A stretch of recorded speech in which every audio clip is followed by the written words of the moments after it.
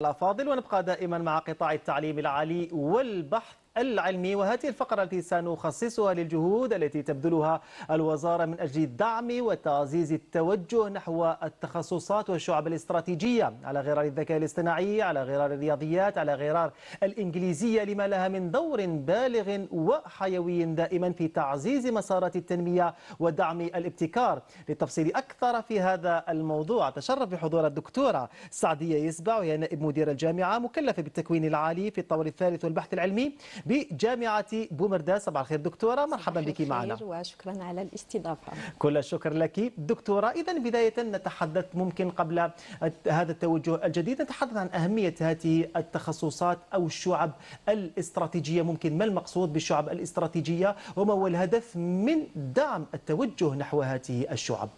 الهدف من دعم التوجه لهذه الشعب لأن هذه الشعب حقيقة هي شعب تحتاجها الدولة الجزائرية لتنمية الاقتصاد اللي أصبح اليوم اقتصاد رقمي.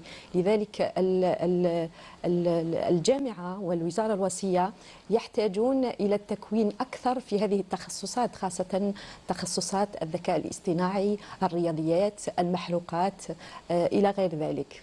نتحدث ممكن عن جامعة بومرداس، كيف تعمل ممكن على تعزيز وتجسيد هذا التوجه باعتبارك دائما مكلفة بالتكوين العالي في الطور الثالث، ونحن نتحدث دائما عن طور الدكتوراه. لماذا طور الدكتوراه بالتحديد، وممكن ما هي أبرز هذه التخصصات والشعب الاستراتيجية التي تقوم جامعة بومرداس باستحداثها أو بتعزيز توجه الطلبة إليها؟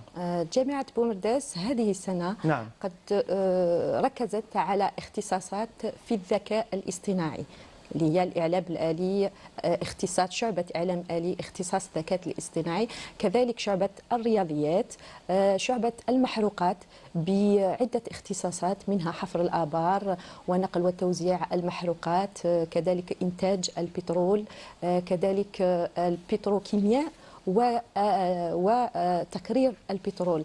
هذه الاختصاصات أولا هي اختصاصات ترتكز على مجالات منها الأمن الصناعي، الأمن الطاقوي، الأمن كذلك الأمن البيئي إلى غير ذلك.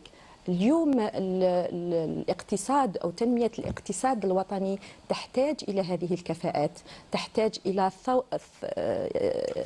ثروة بشرية عندها الاستثمار في رأس المال البشري. طبعا الاستثمار والتكوين في رأس مال بشري يكون عنده تكوين وتكون عنده صرامة، نقدروا ندخلوا في مرحلة أخرى اللي هي التنمية المستدامة. نعم. كيف يمكن تعزيز توجه الطلبة إلى هذه التخصصات؟ أولا ممكن بتغيير فكرتهم النمطية أن هذه التخصصات أصبحت تخصصات تتماشى مع متطلبات المحيط الاقتصادي والاجتماعي وتعمل دائما على تلبية مختلف كما تفضلت متطلبات الأمن الغذائي، الأمن الطاقوي، في بعض الأحيان حتى الأمن الصحي. أهمية أيضا توعية الطلبة بأهمية هذه التخصصات. كيف ترين توجه الطلبة ممكن على حسب تجربتك في هذا المجال؟ هل هم واعون أيضا بأهمية هذه التخصصات؟ أكيد الطلبة اليوم هم مطلعين على ما يحدث من تغيرات في العالم يتجه إلى الرقمنة، يتجه إلى الذكاء الاصطناعي. لذلك طلبة الدكتوراه الكل يبحث عن هذه الفرص، لأنه سوق العمل تتطلب هذه التكوينات. لماذا سوق العمل تتطلب هذه التكوينات؟ لأن هذه التكوينات تحتاجها كل الشركات الاقتصادية والاجتماعية لسد الفراغ الموجود في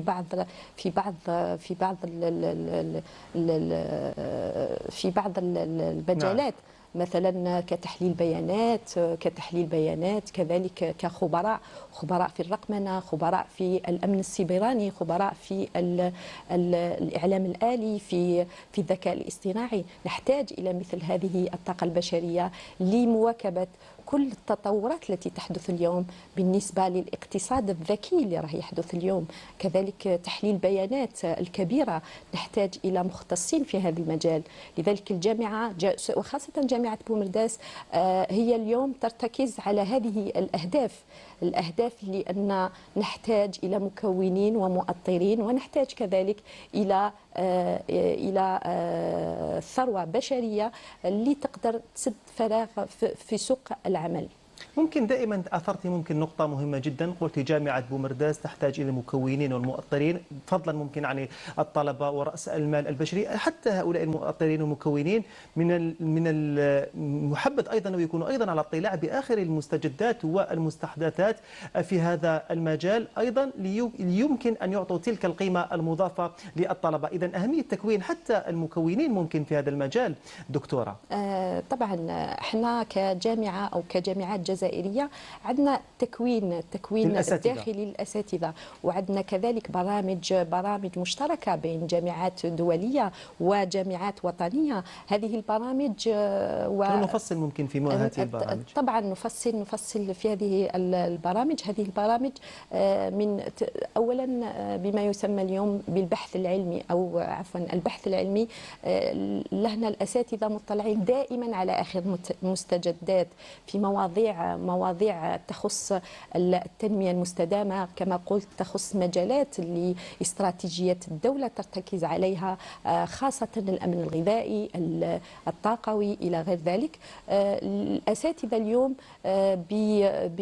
بتنظيم دورات، تنظيم بما يسمى لوركشوب، تنظيم أيام إعلامية، أيام نعم. يعني ورشات تكوينية. هذه الورشات أو هذه الأيام الدراسية تعمل على تبادل الخبرات ما بين الجامعات الأجنبية أو الجامعات الجزائرية، مما يساعد في تكوين الأساتذة. نعم. جامعة بومرداس هذه السنة يعني حلينا اختصاص جديد وهو الذكاء الاصطناعي. كان عندنا عدد كبير من الطلبة والمشاركين، يعني عدد كبير، أكثر من 1000 طالب شارك في مسابقة الدكتوراه اللي 40 حلينا 40 بوست، يعني منصب للدكتوراه. ولو كان يعني مواضيع الأطروحات هي مواضيع يعني مواضيع اليوم. نعم. هي مواضيع تعالج نعم. كل مشاكل اليوم. وطبعا هناك مؤطرين، يعني ليست فقط مواضيع نظرية، هي لا. مواضيع عملية بامتياز. لأنه احنا قبل ما نختاروا هذه المواضيع هنا لجنة التكوين في الدكتوراه. هذه لجنة التكوين في الدكتوراه هي تطلع على كل الإشكاليات الموجودة. هي مسألة عكسية. نعم. ما بين الشركات الاقتصادية الاجتماعية اللي عندها مشاكل، والجامعة تقوم بطرح هذه المشاكل على شكل أطروحات، وفي النهاية كاين مقالات علمية تتضمن حلول لهذه المشاكل الاقتصادية ممكن الاجتماعية. في هذه النقطة بالتحديد أيضا دكتورة، ممكن هذه الأطروحات دائما تستجيب لمشاكل أو تحديات تعانيها مختلف المؤسسات الاقتصادية. ممكن هنا نتحدث أيضا عن أهمية إقامة شراكات مع هذه المؤسسات الاقتصادية من أجل ربط هؤلاء الطلبة أو هؤلاء الخريجين أيضا بسوق الشغل، بما سينعكس بالفائدة على الطلبة وحتى على هذه المؤسسات من خلال إيجاد حلول لمختلف التحديات والمشاكل التي تعانيها. أولا كان من بين شروط فتح الدكتوراه كانت الشراكات، اتفاقيات الموجودة ما بين الجامعة الجزائرية والشركات الاقتصادية الاجتماعية.